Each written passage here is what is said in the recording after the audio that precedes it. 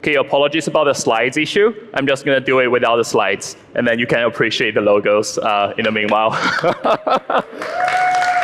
Thank you guys very much. So Jason here from Solayer, right? So I'm going to cover the most puzzling topic that's happening in crypto right now, and that is restaking, right? A lot of you might be wondering, what is restaking, and what's the value of restaking, right? Like, how do I even get yield? And are there sufficient yield? Are there enough AVSs to pay for the yield right now on the market? So that's the questions you guys are wondering, right? But because I only have 5 minutes, I think like 3 or 4 minutes left right now, I can't cover them all. So I'll save that for the next episode if I have the opportunity. But one argument I would like to make is that imagine restaking is a thing. Where would it happen? And I would argue that it will only happen on Solana.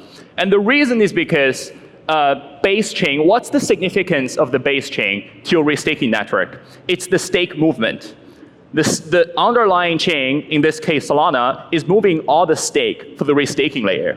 And in that situation, the application builder wants to have a chain that's cheaper, that's faster, because they don't want to pay for all the cost at the underlying chain. You don't want to pay on Ethereum $5 today and $10 tomorrow. With your smart contract, maybe $20 whenever a user moves a stake. So if you think from that perspective, restaking has to happen on Solana. And how we structure restaking is very Solana native at Solayer. Restaking, if you think about from the eigenlayer perspective, it's about securing off-chain applications. And there is also another component that we've added because we're not Solana native, which is securing on-chain applications. If you try to understand the word restaking, it's about using stake in other forms other than the native POS, sort of yield. So how do we secure on-chain applications? And that's by providing stake-weighted quality of service. And the second thing about having anything that's yield-bearing in the native form, it's its liquidity. And Solayer has come up with an innovative mechanism where we have pooled liquidity for the asset. So even if your AVS token only has $1 in issuance, you're able to get the same liquidity as everything issued on Solayer combined. So that's the innovation that we have when it comes to solving the liquidity problem for AVS tokens when you secure applications on Solana by having their AVS token, by sort of holding their AVS token, which automatically translates to stake-weighted quality of service for that particular application. And then the second thing we have is very similar to EigenLayer in terms of support, in terms of securing off-chain applications. But the only difference is there, is what I said, being faster, cheaper, and you have almost instant finality, and users don't really know a thing when they're actually using a restaking network, because application builders is also our end customers. And now, the third thing I want to mention is that as you think about restaking assets in general, you're thinking about what can I do, like what should I restake? What do applications want to restake? They want to have their own tokens restaked, because that's in their economic interest. And therefore, Solayer protocol does allow you to have your own token to be part of the restaking asset for your own protocol/application.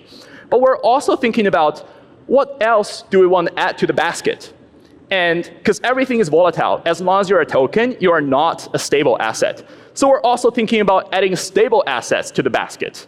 And therefore, today, I don't have the slides here, but we're announcing Solayer USD, which is a yield-bearing token that's backed by RWA assets in collaboration with OpenEden. It's another friend. It's another really good friend that for a long time they have been pushing RWA assets to Ethereum for a long time, over hundreds of millions of dollars in their treasury right now. And we're working together to bring yield-bearing stablecoins that's restaking backed to Solana, and we've termed it as USDC.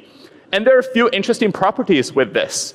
There has been no self-rebasing assets on Solana. And we've done a lot of homework to make it self-rebasing. So for this particular asset you see, SUSDC, the yield does not cause the price to increase, right? So for anything, even SO right now, the price will increase against SO. That's how the value accrual and the works. But right now, we have adopted the token 22 standards with the IB extension, interest-bearing extension, such that the token price will always be kept at $1, but the amount will reflect the increase, accrual of the value in the token.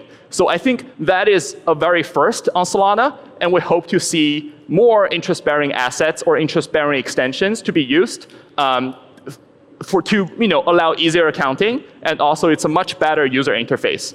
So we'd like to say that we are announcing SUSD today, which is USDC restaking, and you guys will be able to see it in 1 to 2 weeks' time. And with that, I'll conclude my presentation here today. Thank you, everyone, for your attention. And check out Solayer. A lot of new stuff coming out very soon. Thank you.